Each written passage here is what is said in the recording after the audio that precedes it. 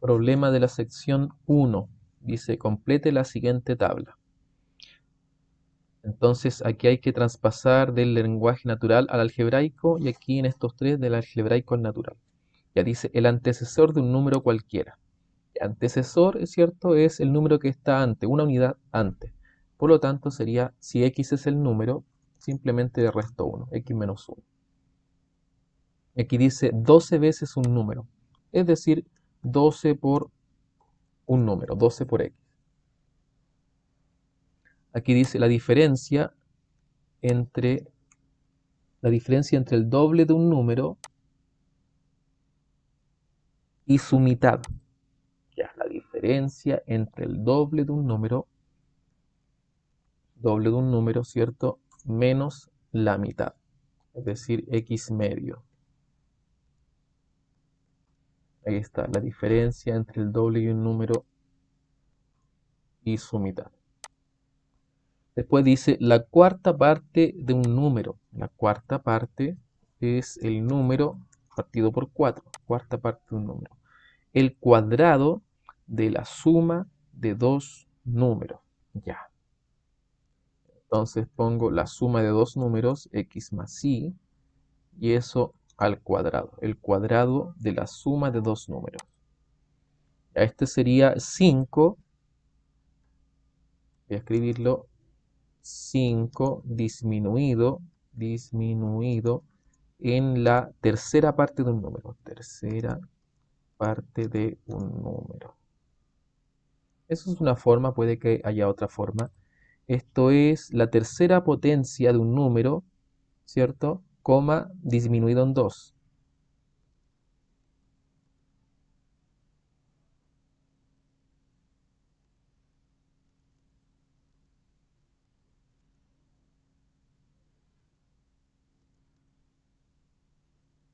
Y voy a ponerle coma disminuido en 2, ya para que se vea que esta parte está separada de la otra. Esto sería, a ver, el cuádruple de qué cosa, de un número al cuadrado. El cuádruple de un número, cuádruple tiene tilde, de un número al cuadrado. Ok, listo. Problema 2. En cada situación descrita a continuación se puede encontrar una variable. Identifíquela con precisión y elija la unidad de medida que usted crea que pueda ser la más conveniente. Ya, las temperaturas máximas han sido muy diferentes día a día este verano. M sería temperatura máxima.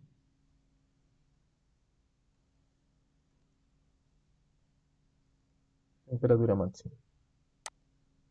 Aquí dice, en una clínica se registra la temperatura de un paciente durante un día. Y eso sería entonces temperatura de un paciente durante un día.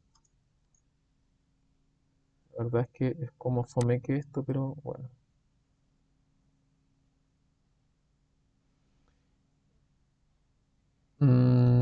Después dice, se lleva un registro de la estatura de un embrión durante la gestación. Ya. Me faltó esto acá. Dice, y elija la unidad de medida que usted crea que puede ser la más conveniente. ¿Ve? Eso es por no leer. La temperatura máxima. Y aquí creo que me faltó en diferentes días, en un día. Y temperatura nosotros estamos siempre midiendo en grados Celsius. Acá también, en grados Celsius, se lleva un registro de estatura de un embrión durante la gestación. En general lo hacen en centímetros, no sé, estatura de un embrión. Estatura de un embrión. De un embrión en centímetros. Después dice, se mide la población de una comuna año a año. Cantidad, ¿cierto? Población anual. anual de una comuna. Esto en general se mide en miles, bueno, en personas. En personas. Ya. Parece que cada año nuestro automóvil consume una mayor cantidad de combustible. Consumo de combustible anual, ¿cierto? Porque habla por año. Consumo de combustible anual por año. Anual por año. Ahí sí, combustible anual. ¿En qué cosa? En litros. Estaba redundando. Ok, ya. Problema 3 de la sección. Dice, el ancho de un terreno rectangular es 15 metros menor que el largo. Si queremos colocar una cerca en el borde del terreno, ¿qué expresión representa la longitud de esta cerca en términos del ancho? Ya, entonces, el ancho, como me hablan, aquí dice en términos del ancho, ya, entonces el ancho es mi variable, el ancho en metros. Vamos a ponerle aquí en metros. Ya, ¿cuánto mide? Mide X.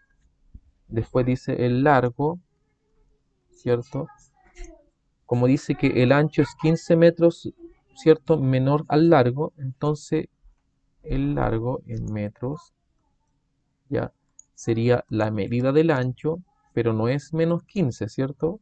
Porque el largo es más grande, entonces sería más 15. Ahí sí. Este, ¿cierto? Es 15 metros menor que este. Ok. ¿Qué expresión, ya dice, se quiere colocar una cerca al borde del terreno? ¿Qué expresión representa la longitud de la cerca? Se está refiriendo al perímetro. La longitud de la cerca, ¿cierto? La obtenemos con el perímetro del rectángulo.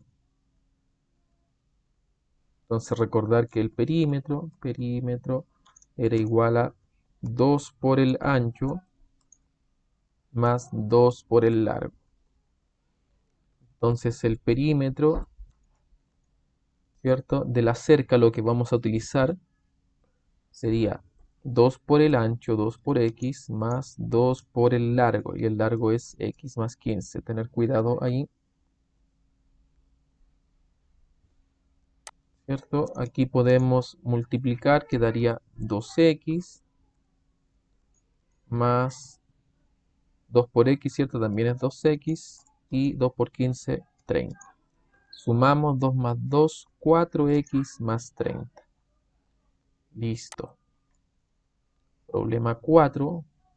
Carlos tiene una cierta cantidad de dinero. De esta cantidad gastó 25.000 pesos y luego 3 octavos de la cantidad inicial. Ah, ya, esto es importante. Gastó de la cantidad inicial, no de lo que quedaba. Si X es la cantidad inicial, ya, entonces cantidad inicial es X, ya. Escriba la expresión que representa la cantidad de dinero que le queda. Ok. Ya, tiene cierta cantidad de dinero. Primero gastó 25.000. Vamos a poner aquí primer gasto, 25.000. Segundo gasto,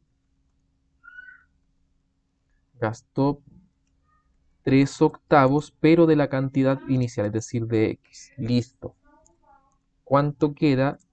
Queda en total.